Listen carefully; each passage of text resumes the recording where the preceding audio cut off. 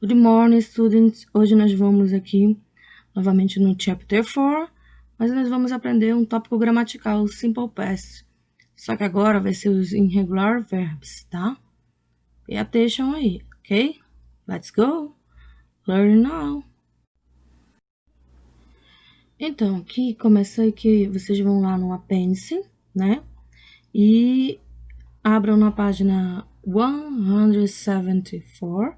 174, e nós vamos acompanhar aqui, né? O Simple Past, né?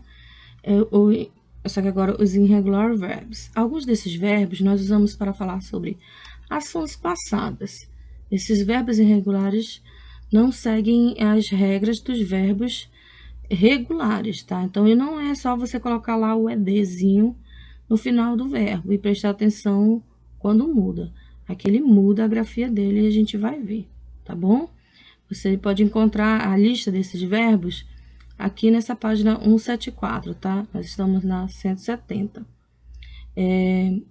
Para criar sentenças negativas com verbos irregulares no passado, nós usamos o did not, o verbo na forma infinitiva com to, tá? A gente vai ver aqui, próximo slide. Então, aqui, continuando a parte de grammar, né? Para explicar para vocês como é que funciona na afirmativa, negativa, question and answer. Então, vamos lá. Primeiro aqui na afirmativa, né?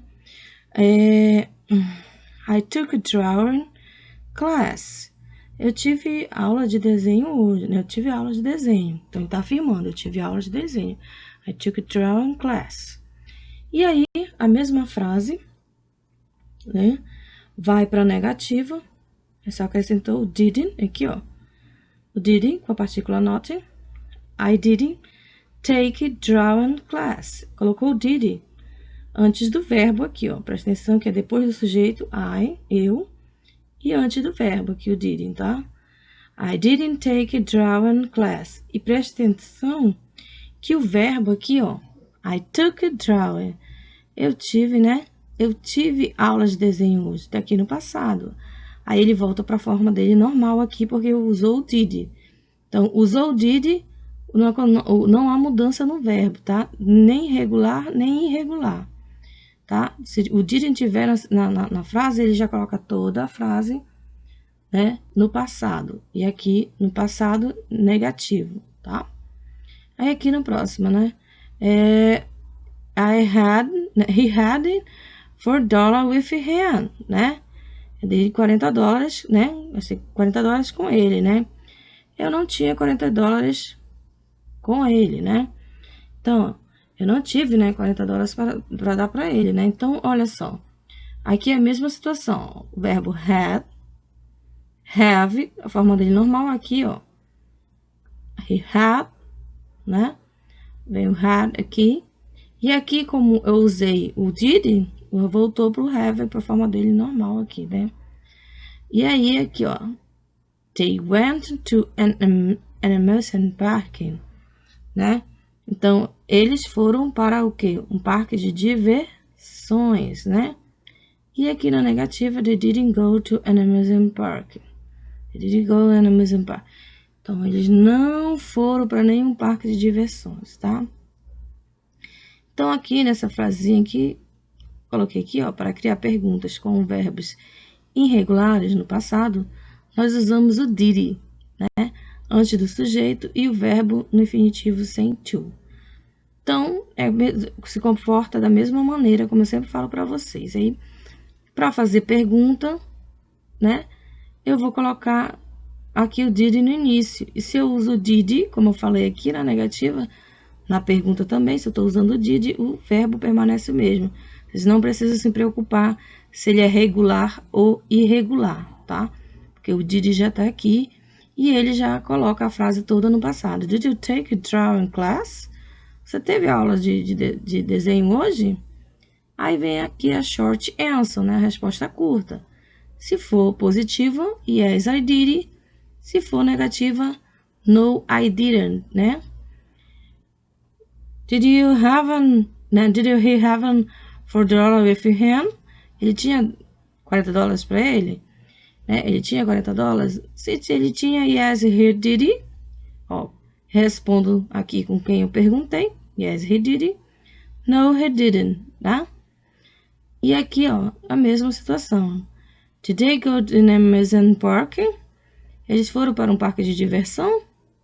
Se é negativo, no, they didn't. Se é positivo, yes, they did. Ok? Então, vocês percebem que ele se comporta exatamente como as outras gramáticas de inglês. É só você observar aqui o verbo, né? Preste atenção quem é o verbo na frase e ver se ele é regular ou irregular, né? E aplicar aí as regras gramaticais. So, então, na first question, nós vamos ler uma parte, né, da biografia do Walt Disney, novamente, e responder. E aqui ele já está circulando alguns verbos, né, no passado aqui, os verbos irregulares, que vocês podem observar. Aí, ó, tem alguns verbos irregulares que ele já circulou demonstrando. Vamos fazer a leitura em inglês, eu quero que vocês acompanhem. E aí, entendendo o que contém esse texto, esse trecho, né, do texto da biografia dele, a gente vai respondendo as outras questões. Vamos lá? Acompanha aí a leitura, tá? He took drawing and photography classes at McKinley High School, where he was a contributing cartoonist for the This School paper. He also took classes at the Academy of Fine Arts. At the age of 16, he tried to join the army, but he was rejected because he was underage. So, he joined the Red Cross and spent a year in France driving an ambulance, which he decorated with cartoons.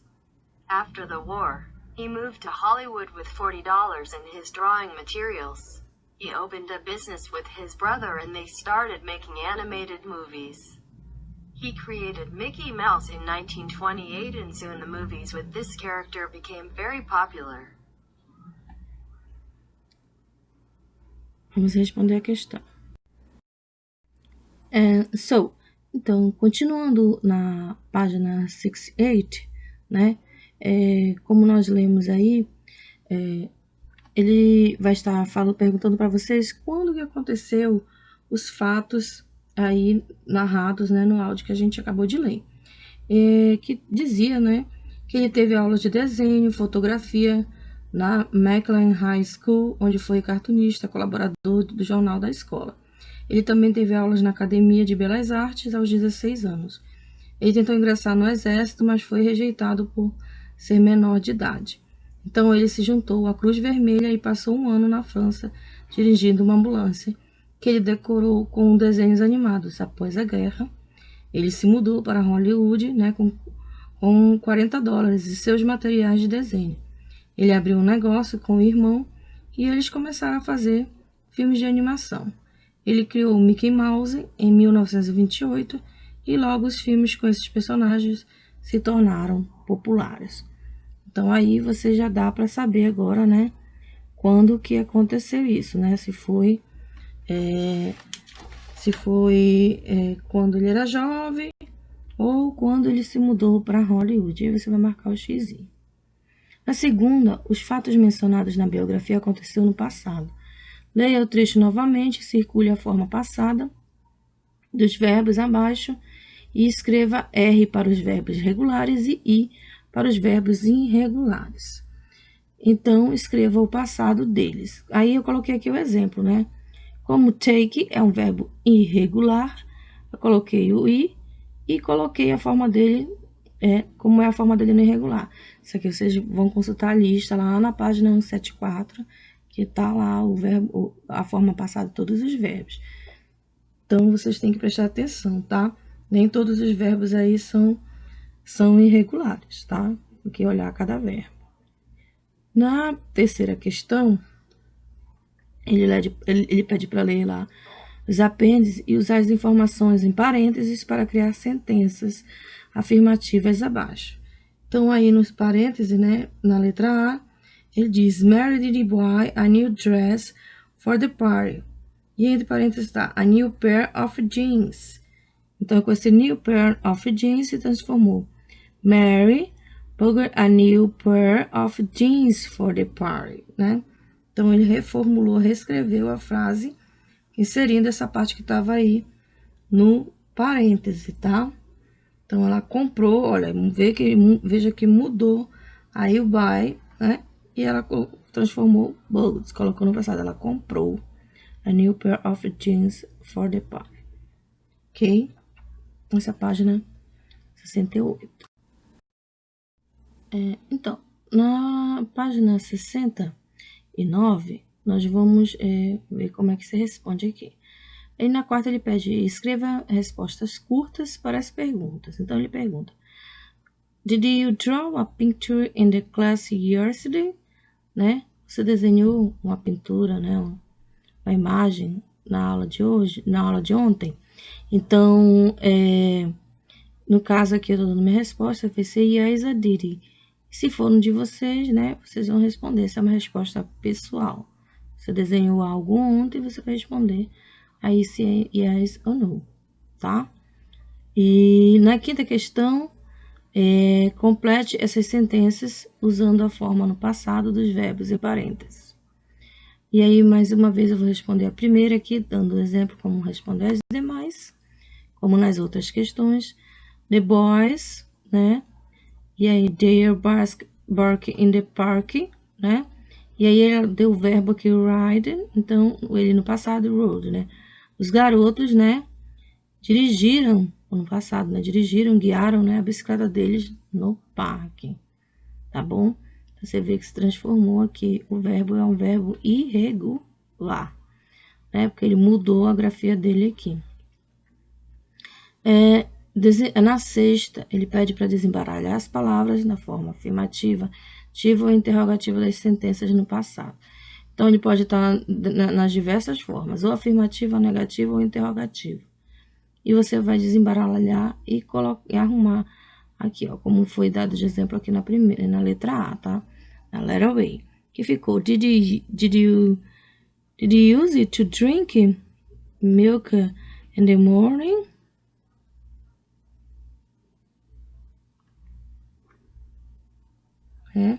Você costuma beber leites, né? Did you use it to? Olha aí o use it to aqui lá do outro assunto, né? Did you use it to drink milk in the morning? Você costuma beber leite de manhã, tá? Então, eu espero que vocês consigam desembaralhar os demais, tá? Vamos lá? Try, tentem. Então, por hoje é só, tá, gente? Bye, thank you. Tá?